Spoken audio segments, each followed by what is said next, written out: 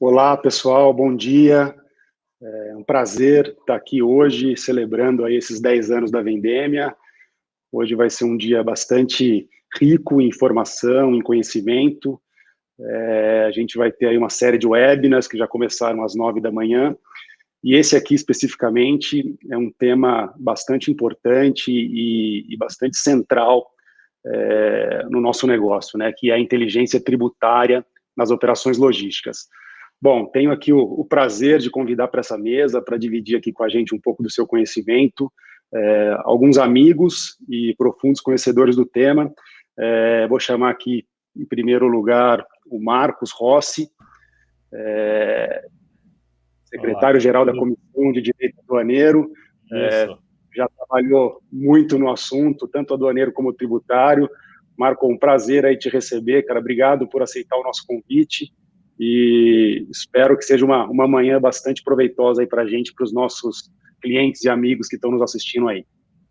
Sem dúvida, Rafael. Amigos que nos ouvem, é um prazer estar aqui com todos. Sem dúvida, parabéns pelos 10 anos de Vendemia, né? Tenho certeza que é o primeiro de muitos anos e é uma honra hoje estar aqui com vocês, participando desse momento, dessa comemoração, discutindo um tema que a gente já discutiu por tanto tempo e permanece discutindo, né? Então, é um prazer enorme e muito ainda com esse tema de vocês, pessoas e negócios conectados, quer dizer, os valores muito ligados a tudo que a gente sempre discutiu. Então, é um prazer e espero que a gente tenha um tempo bem proveitoso. Legal. Obrigado, Marco. Chamar também o Diogo Teixeira, sócio do escritório Machado Meyer Advogados.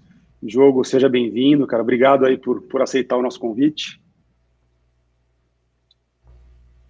Acho que você está no mudo. Obrigado, Rafael. Tava no mudo aqui. Obrigado, Rafael. Bom dia a todos. Faço as palavras do Marcos as minhas. Quero iniciar aqui agradecendo o convite, parabenizando a Vendemia pelos seus primeiros 10 anos e que sejam os primeiros de muitos que com certeza haverão de vir. Legal. Obrigado, Diogo. E também vou chamar aqui para bater esse papo com a gente o André Riva, que é advogado e responsável hoje pela área jurídica e tributária da Vendemia. Fala, Riva, tudo bem? Tudo bem, pessoal. Bom dia a todos. Bom, primeiro dizer que é um prazer aqui estar junto com esses amigos aqui de longa data, né? Para falar de um assunto que a gente discute quase que diariamente, né? E principalmente fazer parte aí dessa história da Vendemia, né? De 10 anos, né?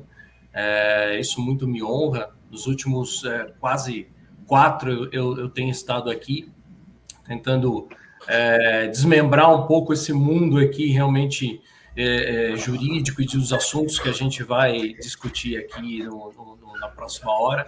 Então, é um prazer a todos. Volto a palavra aí para o Rafa dar início aos trabalhos. Legal, pessoal. Bom, a ideia é ser um bate-papo bastante informal, né? Se a gente, por algum motivo, se aprofundar em algum tema, não tem problema. A gente dividiu aí em alguns blocos, né? Primeiro falar um pouco da insegurança jurídica, né, do país, depois um pouco da parte de benefícios fiscais, né? Todas as mudanças que a gente viu nos últimos anos e o que a gente espera aí para os próximos anos, e também da reforma tributária, né? Tão falada e que, na verdade, nunca acontece. Então, vou começar aí com você, Marcos. O que na sua visão, o que você tem sentido em relação à insegurança jurídica do nosso país, seja para operações de comércio internacional ou qualquer tipo de operação? Você acha que tem tido uma evolução do passado para cá? Ou estamos na mesma? E o que você acha para o futuro? As perspectivas aí para o futuro em relação à insegurança jurídica no Brasil? Muito bem. Eu acho que o tema insegurança jurídica é um tema que tem sido enfrentado por todas as empresas, principalmente nós que atuamos em questões relativas a questões jurídicas, né? Sempre nos é pedido para que faça uma avaliação da operação e que ela esteja mais compliance possível, para que evite qualquer tipo de autuação e que você entendendo que existia primeiramente um lucro, um resultado da operação, depois se torne algo que você tenha que pagar para o fisco através de um auto de infração.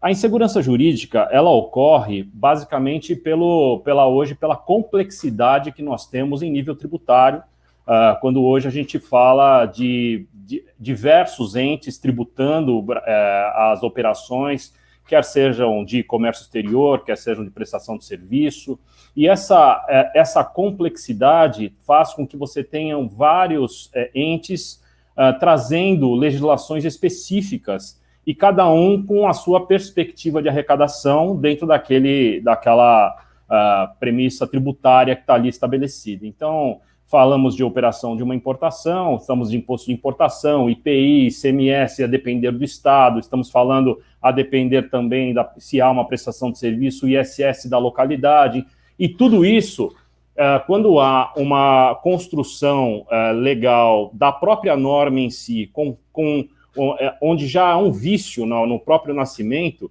você traz por via reflexa uma insegurança para a operação que está em curso. Mas eu queria trazer o holofote na introdução, só para que a gente fale da insegurança jurídica que, de fato, eu coloco que a quantidade e a diversidade tributária que hoje nós temos, com uma carga tributária extremamente elevada em nível nacional, e isso também comparando com outros países.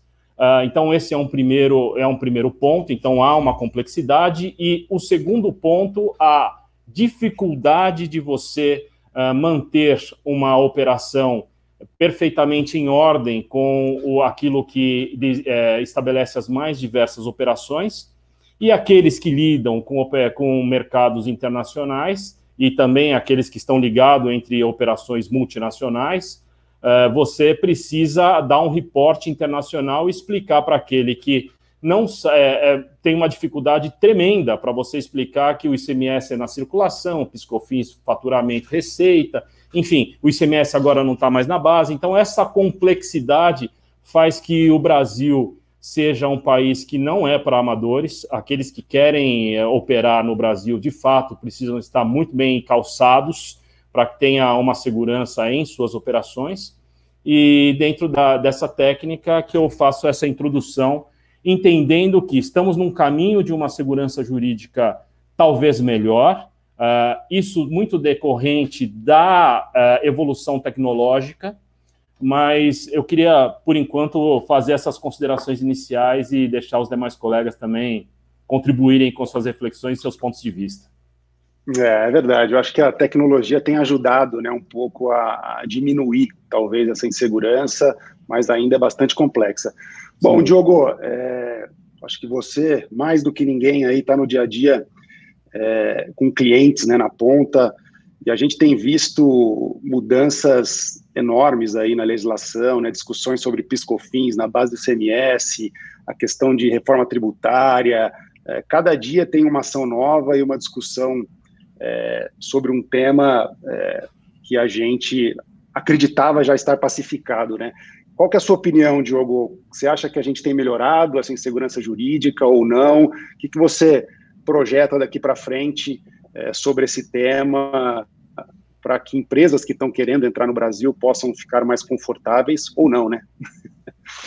Rafael, eu vejo a segurança jurídica melhorando em algumas perspectivas e piorando em outras, né? Então, a gente tem visto nos últimos anos um grande esforço da Receita Federal, por exemplo, em consolidar normas, né? Então, a legislação de PIS/COFINS, que, por exemplo, sempre foi um emaranhado, com muitas normas esparsas, a gente nunca tem certeza se nós vimos tudo, se tem alguma outra instrução normativa perdida que trata especificamente da nossa operação. A gente vê um esforço da Receita Federal, né, da União, em consolidar normas, né, revisar as normas, retirar do ordenamento aquelas que já estão superadas, e isso, de certa forma, é um esforço que gera segurança jurídica, né? Pelo menos a confirmação de que a gente está vendo a norma que de fato se aplica ao nosso caso, já dá um pouco mais de segurança. Sobre a qualidade da norma, se ela é clara ou não, aí é outra coisa, porque as normas continuam muitas vezes não sendo totalmente claras, mas pelo menos a consolidação já é um bom indicativo de melhora na segurança jurídica. No âmbito dos estados, aí é uma questão realmente muito complexa por conta da forma como a Constituição é hoje, né? Então, dando autonomia a cada um dos estados para regular a sua própria legislação, a ter a sua própria legislação, invariavelmente a gente vai ter 27 regulamentos do ICMS, 27 regras diferentes entre si, embora devessem seguir uma mesma linha mestra da lei complementar, sempre tem os detalhes que são diferentes. Então, do ponto de vista normativo, eu até vejo uma evolução positiva em termos de segurança jurídica, e esse me parece ser um caminho sem volta, né? Justamente por conta dos elementos tecnológicos que o Marcos comenta, cada vez mais a gente vê essa consolidação de normas ser feita e essa racionalização da legislação. Agora, a segurança jurídica ela não passa só do ponto de vista legislativo, né? Ela passa do ponto de vista administrativo, que é a aplicação da norma pelas autoridades fiscais, e isso muitas vezes nós nos deparamos aqui na prática com uma mesma norma sendo interpretada de formas diferentes por autoridades diferentes, né, por agentes da Receita Federal, então estão todos embaixo da mesma instituição, mas tendo interpretações divergentes. Esse é um elemento de insegurança jurídica. E o judiciário, né? E como o judiciário contribui para a segurança ou insegurança jurídica? O judiciário contribui na demora na análise de processos, né? Então, o caso, acho que mais emblemático e recente é a exclusão do ICMS da base de cálculo do PIS e da COFINS. Demorou-se 22 anos para chegar numa conclusão. Se esse assunto tivesse sido decidido rapidamente quando a ação foi proposta, com certeza haveria menos insegurança jurídica, porque as empresas já estariam bem orientadas de como modelar os seus negócios, formar o seu preço, registrar os seus créditos. Então, eu vejo esse ativismo do Poder Judiciário recente, aí, né, nessa época de pandemia, para julgar matéria tributária, por um lado, bom, porque acaba dando fim a esses processos que ficam sempre pendurados e cada contribuinte tem uma liminar, cada um adota um regime diferente, então o julgamento pelo Supremo acaba nivelando um pouco a aplicação da norma perante todos, mas por outro lado, existem essas rupturas de procedimentos e interpretações fiscais que são adotadas de forma consistente há muitos anos, e essas rupturas, especialmente nesse momento de pandemia, acabam gerando bastante incerteza aos investidores e dúvidas aos contribuintes. A gente tem até um caso emblemático aqui, né, atual. A Vendeme, ela opera muito dentro do setor de energia solar, né? A gente opera para distribuidores, para grandes usinas, e hoje ou amanhã até, se não me engano, vai ser votado o marco legal sobre a geração distribuída, né? E é um caso também, claro, né, de insegurança jurídica, porque as empresas já vêm operando nos últimos anos baseado numa normativa, né, numa premissa, e agora isso tudo pode ser mudado, né? Riva, o que você acha também, sua opinião aí sobre você que vive o dia a dia aí dos nossos processos, né, dos nossos clientes? Você acha que tem tido uma melhora? Você acha que daqui para frente a gente pode dormir mais tranquilo ou não? Acho que o Marcos e o Diogo colocaram muito bem a posição, né? Eu acho que o ponto principal ali que o Diogo colocou é, de fato, esse esforço que a Receita Federal e até mesmo os entes estaduais aí estão tentando no sentido de dar uma linha para que as pessoas consigam fazer uma pesquisa que aborda tudo que ele precisa, né? Ou seja, vou consolidar leis, consolidar decretos, né? Os estados já vinham fazendo isso através dos seus chamados regulamentos do ICMS, né? Que pega a lei, regulamenta, traz algumas normas, mas ao longo do tempo também eles foram se perdendo. Aí começaram as tais as soluções de consulta, que, meu Deus, isso é uma loucura nesse país, né? Uma solução de consulta, às vezes, e as vinculantes, às vezes, tem mais força que lei, aí depois você vai discutir, mas vai discutir judicialmente. No âmbito administrativo, você acaba perdendo. Você tem, às vezes, muitas vezes, uma lei, um decreto, dentro da hierarquia das normas, que traz uma disposição específica, e aí tem uma solução de consulta que traz um entendimento de um determinado grupo, né, de auditores, e aquilo acaba valendo para o dia a dia, né? E disso a gente tem todos os dias aqui algum tipo de exemplo nesse sentido, seja de sei lá, de uma classificação fiscal, você usa ela por 10 anos, de repente alguém muda, né? Fala, não é mais essa, daqui para frente você precisa mudar, né? E isso sai muitas vezes por uma questão de solução de consulta, né? Pegando o gancho ali do que o Marcos falou, tecnologia. Bom, acho que tecnologia é um caminho sem volta, e eu acho que é nesse ponto que tem que ajustado, né? Porque a tecnologia vem ajudando a cumprir essas obrigações que o contribuinte tem com o fisco, né? E isso ajuda um pouco a você ter maior visibilidade das coisas e te ajuda um pouco na insegurança. O Brasil, né, recentemente saiu até um levantamento aí do G20, o Brasil hoje gasta 1.501 horas só para cumprir obrigações fiscais, né? Se você fizer um comparativo aqui com os Estados Unidos gasta 175 horas, né? O maior aqui na América do Sul seria a Argentina, com 312. Ou seja, é uma aberração 1.501 horas, né? E aí você pega da Constituição Federal de 88 até hoje, foram mais de 5.600.000 edições de normas publicadas, né? Então, quer dizer, como é que fica o empresário no meio de tudo isso, tentando acertar, né? Porque eu acho que esse é o maior problema, né? As pessoas acham que o empresário está sempre buscando uma brechinha, mas na verdade eu vejo diferente, eu vejo que ele está tentando acertar, mas como nadar num oceano desse, de tanta norma que é publicada, que todo dia muda alguma coisa, seja no seu município, no seu estado ou federal, e a gente fica aqui tentando achar um jeito de fazer as coisas, né? É bem isso mesmo, né, Riva? Vão jogando pedra para a gente tropeçar, né?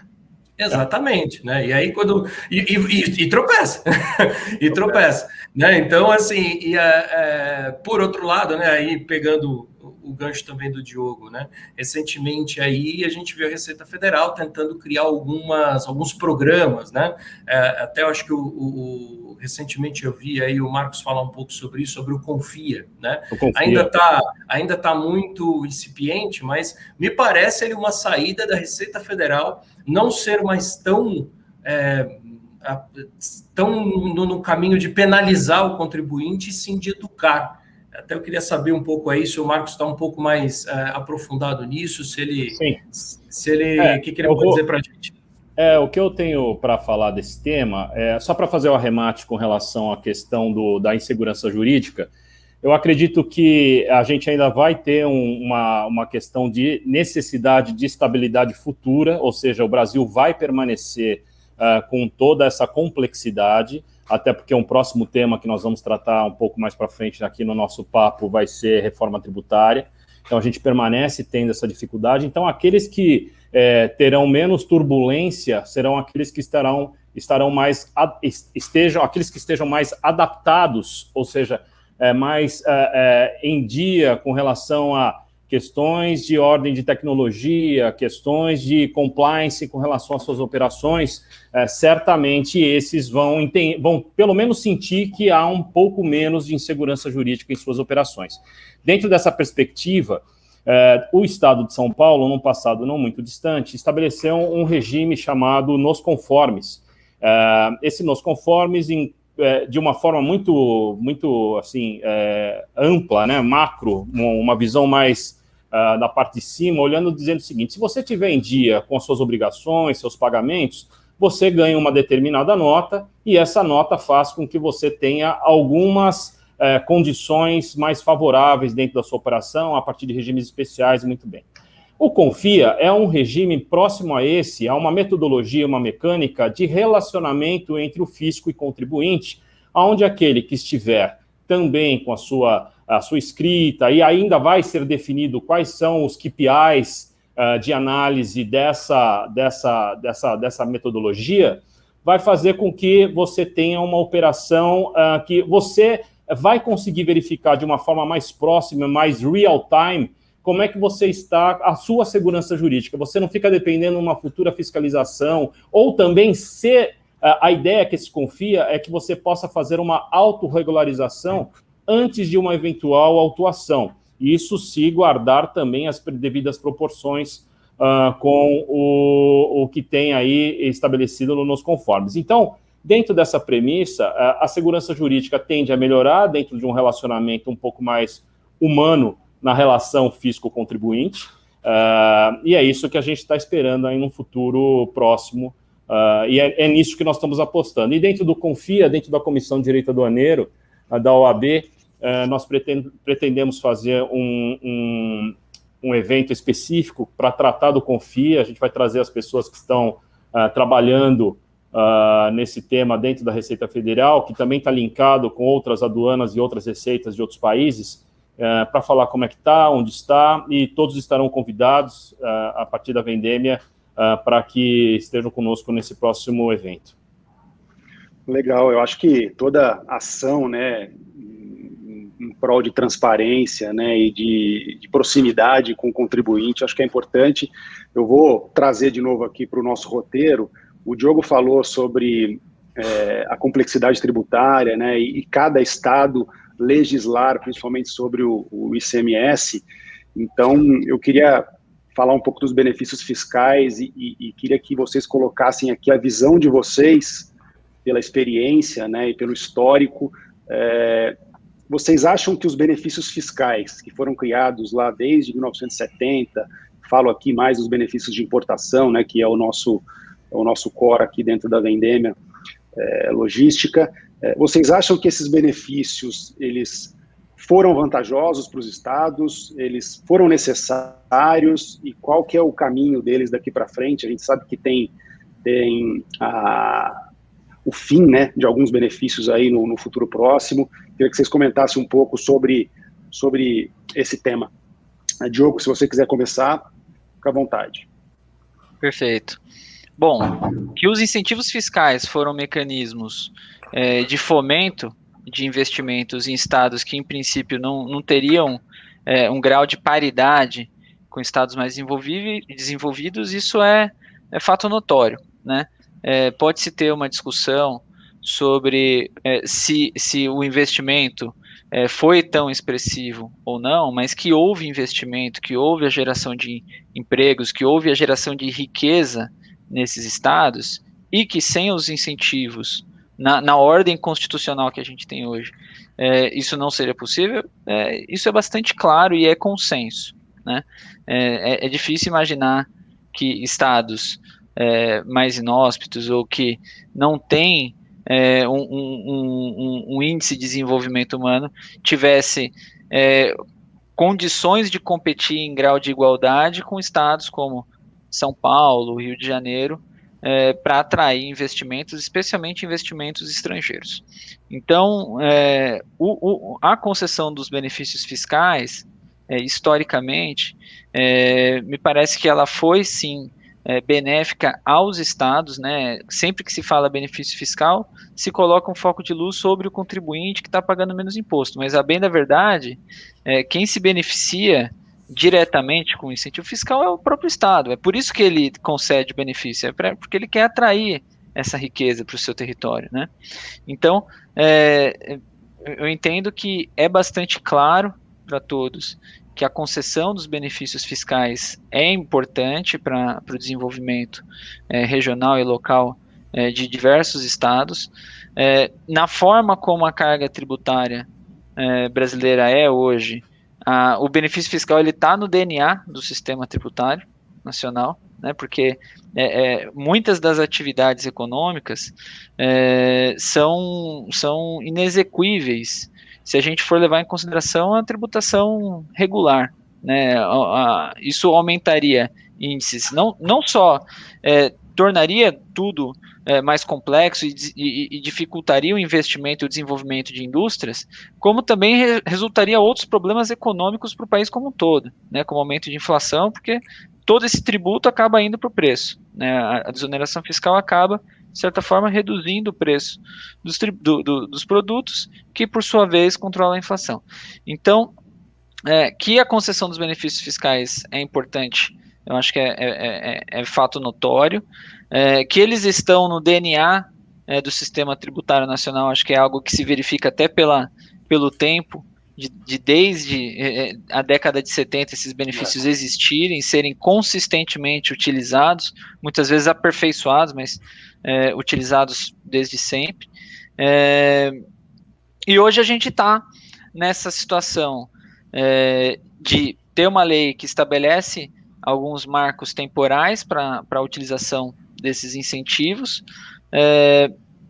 mas não se sabe se de fato esses marcos serão finais, especialmente se não mudar o nosso sistema tributário. Porque, como eu falei, não adianta você tirar um dos elementos do nosso sistema, que é o benefício fiscal, e manter o caos que e a alta carga tributária que você tem em todos os setores de forma generalizada, né? Simplesmente a economia não vai aguentar, não vai ter mercado que suporte pagar o ônus tributário cheio do jeito que é hoje. Inclusive, com o tempo, foi havendo essa calibragem, né?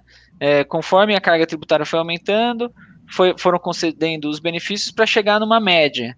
Você tirar um elemento dessa equação e manter o outro estanque, com certeza a conta não vai fechar e não vai ser bom para a própria economia como um todo, né, para a geração de empregos, etc.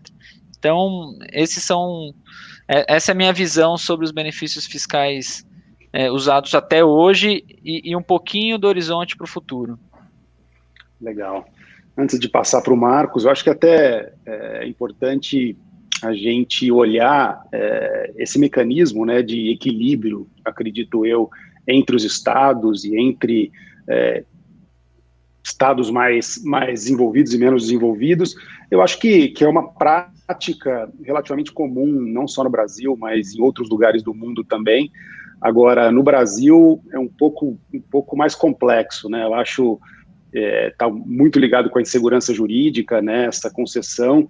Então, acho que o fato de dar incentivos, ele não é o problema, né? O problema é como ele está sendo dado, a forma que ele está sendo conduzido e estruturado. Mas passo a palavra aí para o Marcos, para também escutar dele um pouco o que ele acha sobre esse tema. O que eu acredito é que, primeiro, eu prefiro usar a expressão incentivo tributário, ao invés de benefício, porque é um incentivo para que você coloque sua operação e que você coloque sua estrutura, que você também traga empregos, para que você aloque operação dentro de um outro estado. Para que haja, claro, por óbvio que o grande mercado brasileiro hoje é aqui em São Paulo, onde você tem os consumidores estão aqui, então quanto mais próximo da cadeia logística você estiver dentro de uma operação aqui em São Paulo, mais próximo tiver essa operação, em condições normais o seu frete vai estar menor e você vai conseguir preços mais vantajosos. Obviamente que para você deslocar essa operação para outros estados, se faz necessário você ter algum tipo de mecanismo para que você leve essa operação para lá e para que depois venha para o estado de São Paulo. Então, o primeiro aspecto que eu trago do incentivo, porque há um incentivo para que essa operação seja por lá cursado, e esses estados que a gente já tem uma grande notoriedade, como o Espírito Santo e Santa Catarina, que são estados, e também hoje Pernambuco, lá para o Nordeste, são estados vocacionados à questão também de importação, além de benefícios tributários. E esses incentivos, por lá realizados, uma vez estabelecido, muito bem ajustado com questões de convênio, questões de CONFAS, e uma vez ele estabelecido, a gente busca, você também cumprindo todas as necessidades de geração de emprego, caso seja estabelecido em protocolo, com o Estado também. Então, quer dizer, uma vez que isso tudo está bem resguardado, esse preço, em última análise, ele tende a equilibrar, que é aquilo que vocês estão ponderando, um preço ao consumidor aqui final, brigando com ou competindo de forma positiva com aqueles que estão estabelecidos perto da questão logística. O ideal seria termos uma tributação em nível nacional que viesse a trazer uma qualidade tributária também atendendo essa perspectiva logística de distanciamento. Ou seja, caso você está um pouco mais longe da cadeia de distribuição, você teria uma tributação mais vantajosa, mas pensarmos nisso é trazer ainda mais complexidade e é algo que o Brasil não está vocacionado. Então, o que vem em primeira análise vamos trazer incentivos e fazer com que a operação seja por lá cursada. Então, eu também entendo que é legítimo que o empreendedor brasileiro busque incentivos para as suas operações, verifique aonde de fato, a menor carga tributária, faça uma gestão tributária de suas operações, não se acovarde com questões de eventual risco, porque essa insegurança traz um risco, mas se bem calçado e bem analisado, isso faz com que ele tenha uma grande competitividade em suas operações. Então, dentro dessa perspectiva, entendo que o incentivo fiscal é um excelente mecanismo atual para a redução de preços, traz uma competitividade legítima para as operações e empresas hoje brasileiras buscam esse mecanismo e permanecem buscando para que o seu valor seja cada vez menor e trazendo uma rentabilidade para o seu consumidor final. Como último aspecto, eu trago que as principais companhias hoje que a gente olha de balanço, existem questões tributárias lá e, dentro elas, também os benefícios estão sendo benefícios, nos mais diversos benefícios, em nível nacional. Quando eu atuava especificamente dentro de empresas, quando você olhava o balanço, existia um aspecto chamado Other Operations, que entravam as questões dos benefícios. Então, você tinha a operação toda, que ela não era rentável, e quando você olhava o tal do Other Operations, você tinha uma rentabilidade bem alta. Então, o pessoal dizia que a gente tinha que parar de trabalhar com o nosso negócio e vender esse tal de Other Operations aí, que é nisso que está dando dinheiro. E esse dinheiro era o incentivo, era aquilo que trazia a rentabilidade para as operações e fazia com que estivéssemos...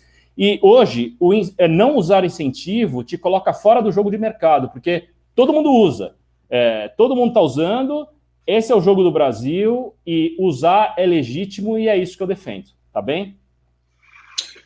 Legal, e acho que vem bem de encontro aí com o nosso tema principal, né, que é a inteligência tributária para as empresas, né? Eu acho que, partindo da premissa que a gente tem hoje um sistema de benefícios, especificamente aí falando de importação, consolidado, né, e já validado por empresas e auditorias, eu acho realmente importante olhar isso com bastante profundidade para poder, ainda quando possível, né, se utilizar desse tipo de ferramenta. É claro que o ideal talvez seria a gente caminhar, né, para essa reforma tributária e poder, de uma forma mais equilibrada, né, fazer a competitividade ficar maior e melhor, mas ainda não é a nossa realidade, né?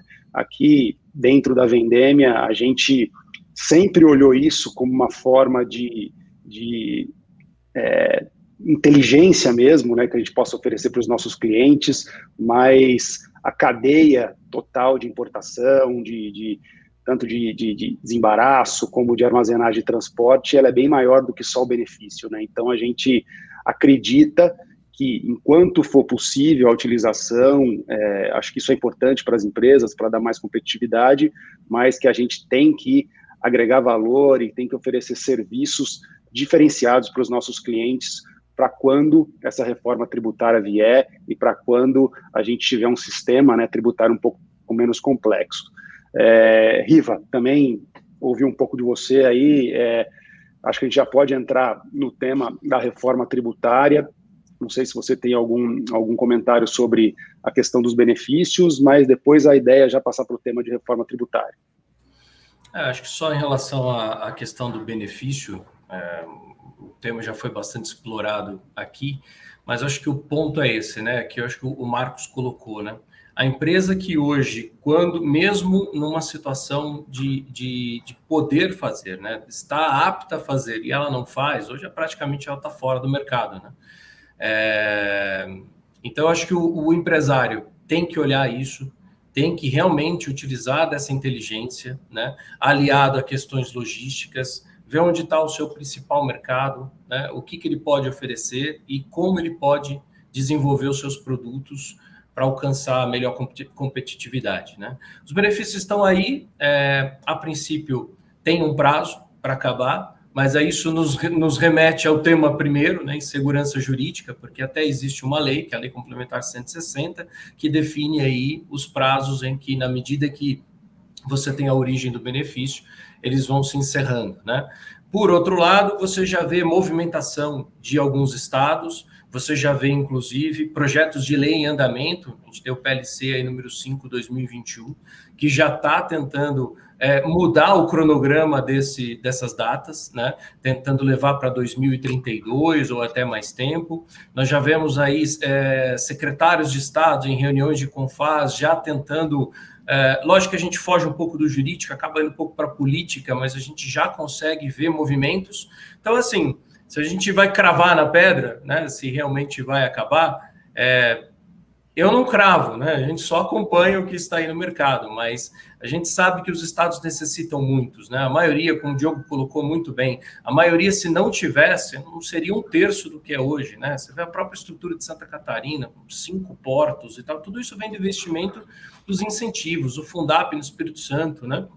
Então, e São Paulo mesmo, né? Que isso acaba mudando um pouco o porquê que os benefícios existem, né? Porque os benefícios existem realmente para desenvolver esses estados que estão mais longe dos polos de consumo dos seus produtos. Mas você vê o estado de São Paulo a todo tempo criando algum tipo, né?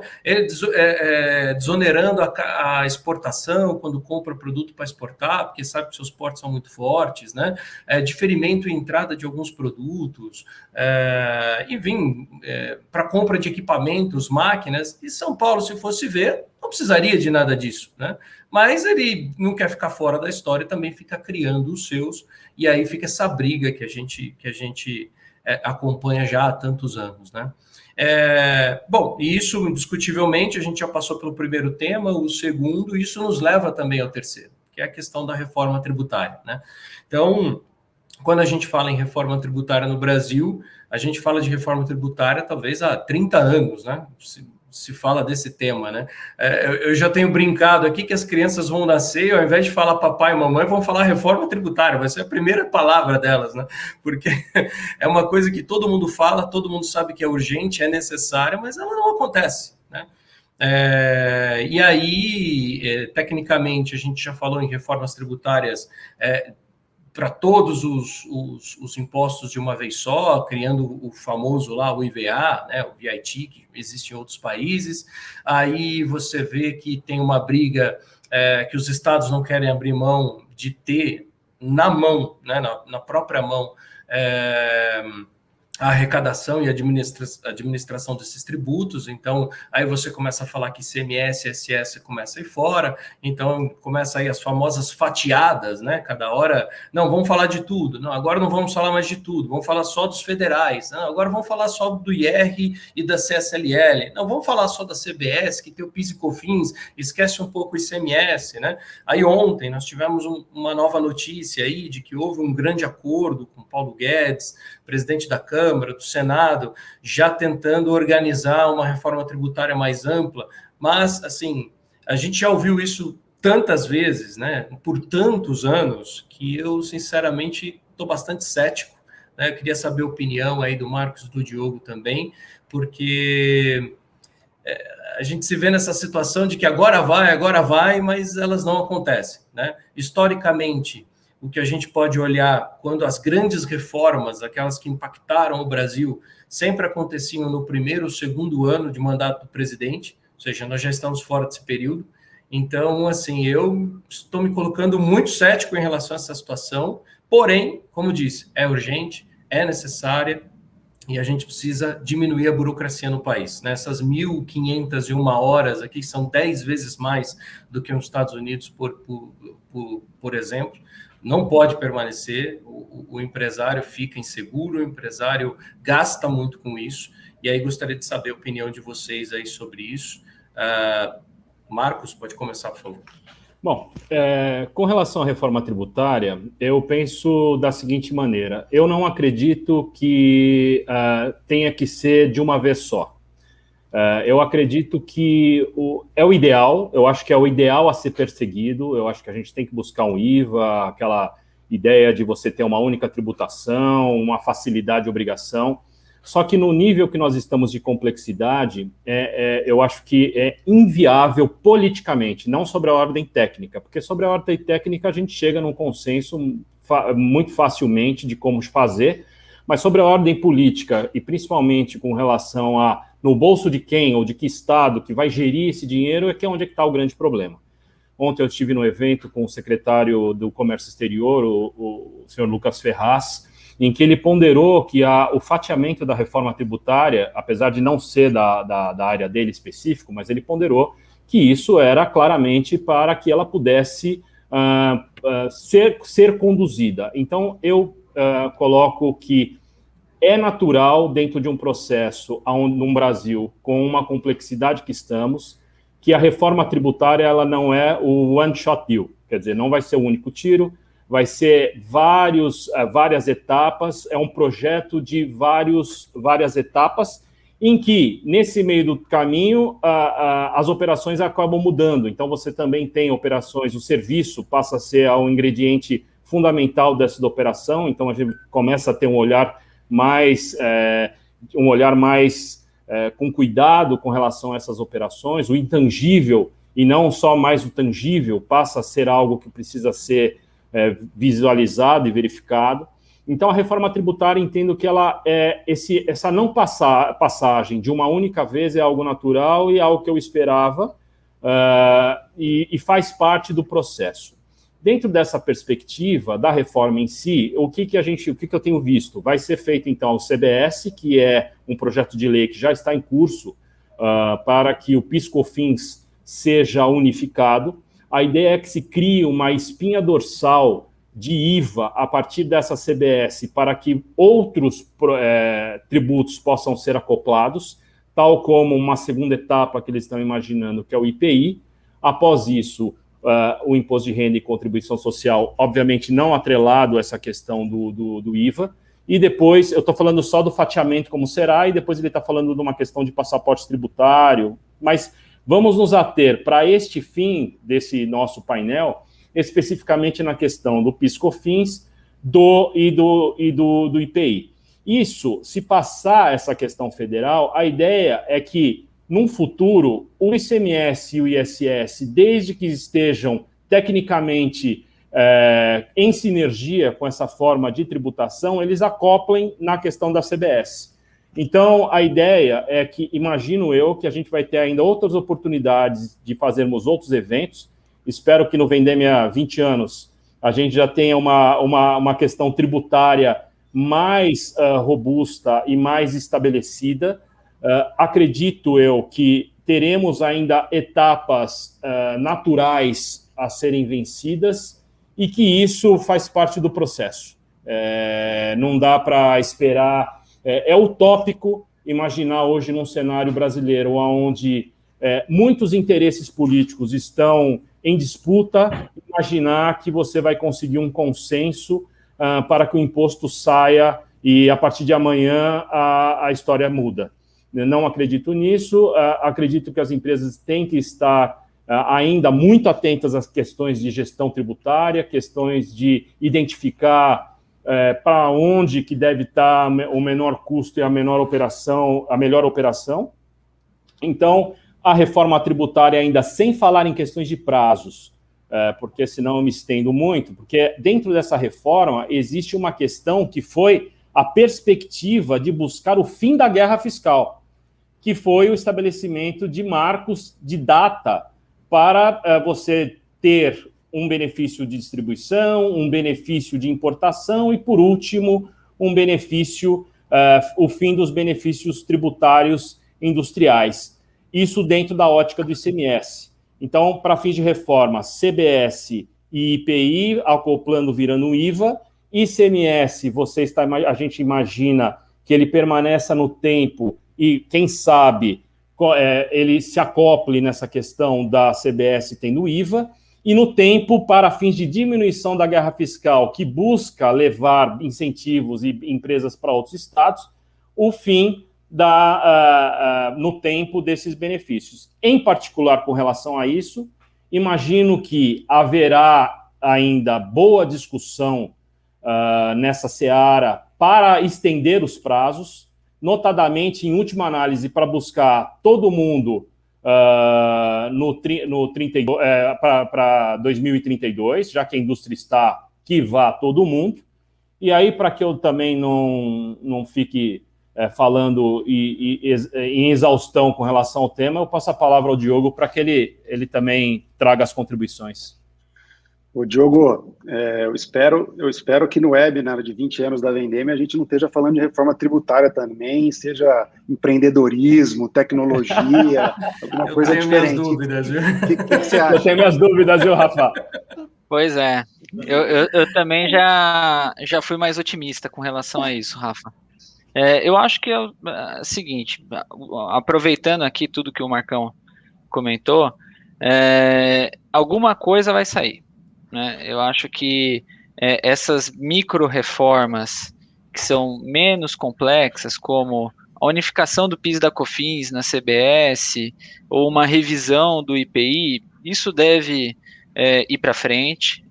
Eu acho que com algumas alterações, né, foi interessante que o governo tornou público o projeto de lei da CBS para que já haja um escrutínio da sociedade sobre aquilo, apontar os pontos de melhoria, quais seriam os problemas advindos daquele modelo proposto, né? Então eu acho que algum nível de micro-reforma deve acontecer, CBS e IPI deve acontecer, mas o maior problema do Brasil é o ICMS e o ISS, né? E aí entrando um pouquinho os intangíveis que não ficam nem no ICMS, nem no ISS, e aí o Supremo tenta colocar em um ou em outro, porque também, sob a ótica do Supremo, não pode não tributar de nada. Então,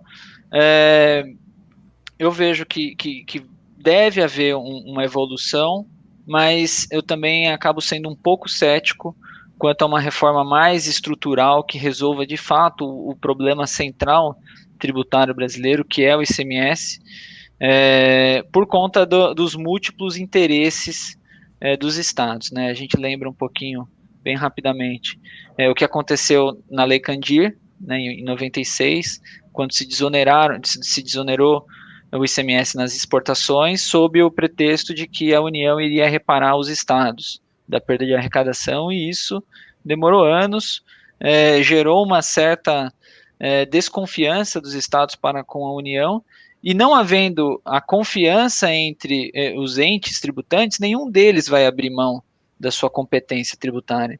Então, eu vejo esse como sendo um dos pilares que dificultam uma articulação política e uma viabilidade prática de uma reforma mais profunda com relação ao ICMS. E até sempre se discutiu, e eu acho que é consenso de todos, o Brasil precisa de uma reforma tributária.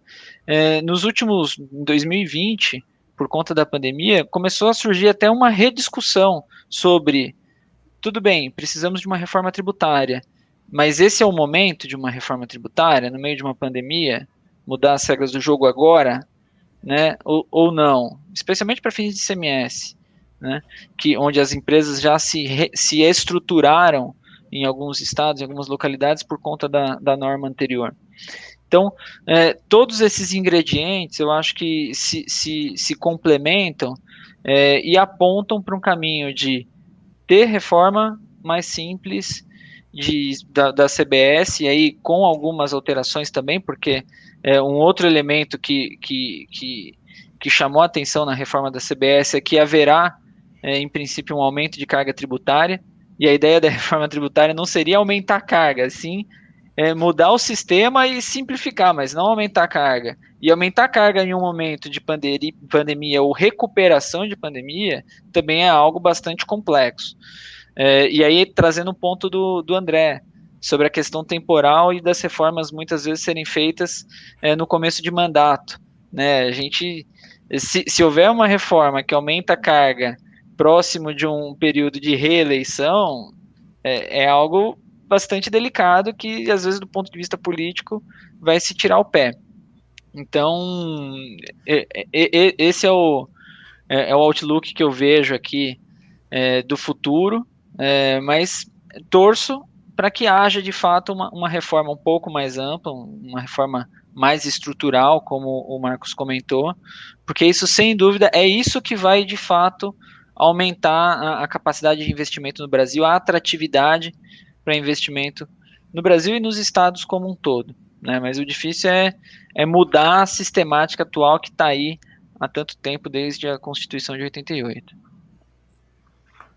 Não é simples, né? Acho que a gente tem que ser otimista, mas também realista, né? Eu acho que a gente vem num sistema complexo há muito tempo, qualquer mudança tem impactos muito fortes, né? Nos estados, nos contribuintes, e então realmente precisa ser feito de forma cadenciada. Eu acho que a gente tem visto isso, né, nas empresas e nos clientes, visto que existe uma insegurança jurídica, né, e uma falta de certeza do que vai acontecer para frente. O importante é se aliar e trabalhar com empresas que possam dar suporte, né, nessa questão tributária, seja um escritório de advocacia, seja uma empresa como a Vendêmia, na parte de comércio internacional. Acho que é importante acompanhar esses temas, né, que impactam diretamente o negócio, e se associar e se relacionar com empresas que possam ajudar e possam descobrir os melhores caminhos para os clientes, né, e para os contribuintes. Não sei se o André quer também comentar alguma coisa sobre a reforma. A gente tem mais 7 minutos, só para... Não, eu acho que eu abri ali o tema, comentei os meus pontos de vista em relação ao ceticismo, né, conforme a gente já tinha falado um pouco sobre isso, mas eu acho que eu fico com o gancho principal aí que o Rafael colocou agora, né, ou seja, como viver num mundo que, também pegando o gancho do Marcos, não é para amadores, né? Então, eu acho que é isso, buscar bons profissionais, né, ao seu lado, que possam mostrar quais são os atalhos que você pode percorrer. Não tenha medo em planejar tributariamente as suas operações, né? Uma coisa é evasão fiscal, outra coisa é elisão, que é totalmente legal, né? Ou seja, essa transparência, trabalhar realmente aquilo que é possível, que está disponível para todos os negócios, né? E eu acho que esse é um caminho que não tem volta e totalmente necessário para as empresas, né? Acho que é mais esse o ponto que eu queria deixar. Legal, a gente está caminhando aí para o fim. Eu queria de novo agradecer a presença do Marcos, do Diogo, do Riva. Eu acho que foi um bate-papo importante para quem está assistindo, acho que esclareceu bem esses pontos, né, de incentivo, né, não chamo mais de benefício, agora que eu aprendi aí com o professor Marcos, é incentivo, e outros assuntos também da reforma, dessa insegurança jurídica. Então, espero que a gente tenha conseguido, né, dividir esse conhecimento com vocês. Abro aí para o Marcos fazer a despedida dele, para o Diogo e para o Riva, e obrigado aí pela participação. A gente vai ter outros painéis aí durante o dia, e espero que vocês possam participar e possam contribuir com a gente aí nessa celebração de 10 anos. Vai lá, Marcão. Rafael, estendo a você e o Luciano meus parabéns pela Vendêmia 10 anos. 10 anos não são 10 dias. 10 anos não são algumas horas de trabalho. Dentro do Brasil, a gente sabe que 10 anos é uma questão de muita luta, de sedimentação de operações, de muita vontade de que os negócios deem certo, e tenho certeza de tudo que eu vejo que vocês trabalham, a entrega da excelência do trabalho aos seus clientes, que hoje é um divisor de águas e um diferencial de trabalho.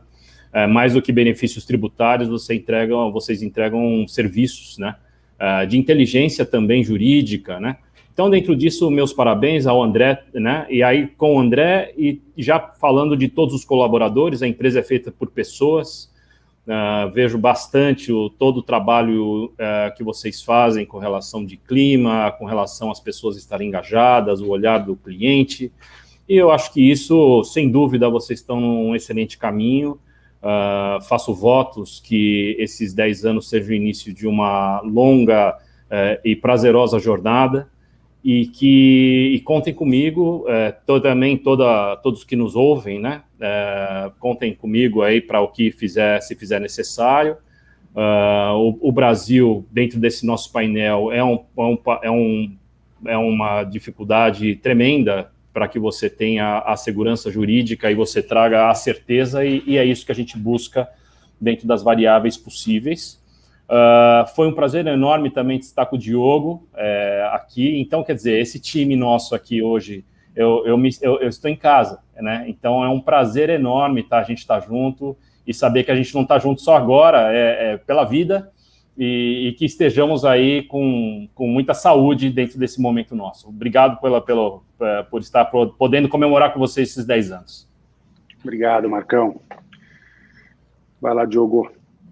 Bom, vou ser breve aqui, novamente agradecer o convite, parabenizar a Vendemia pelos seus 10 anos, estar junto com vocês, faço as palavras do Marcos as minhas, é um prazer muito grande estar com vocês, que nos conhecemos há muitos anos, e vida longa a Vendemia, com certeza é uma empresa estruturada, que independente desses aspectos de segurança ou insegurança jurídica, ela é formada por bons profissionais e é qualificada para atravessar toda e qualquer intempérie que aconteça no mercado. Então, parabéns novamente, mando meu abraço também para o Luciano e muito sucesso sempre.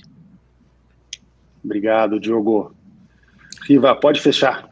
Bom, eu só queria agradecer o Marcos, Diogo, o Rafa também pela oportunidade de estar aqui conversando com essas feras aí do mercado jurídico, tributário, aduaneiro, enfim, são pessoas também de relacionamento de longa data, a qual a gente dividiu até formação, né? Então, a gente conhece bem o profissionalismo de todos que estão aqui hoje. Então, agradeço muito, agradeço a oportunidade, que venham muitas e muitas décadas para a Vendemia, e agradeço mais uma vez aí toda a estrutura, enfim, as pessoas que trabalham aqui, que realmente são pessoas bastante engajadas. Então, parabéns a todos, parabéns à Vendemia e todos que fazem parte dela. E a gente volta às 14 horas com o painel Terceirização Logística e as Tecnologias Aplicadas. Então, espero que também seja um tema interessante, importante, e encontro vocês mais tarde lá. Obrigado, pessoal. Uma boa tarde, um bom dia para vocês.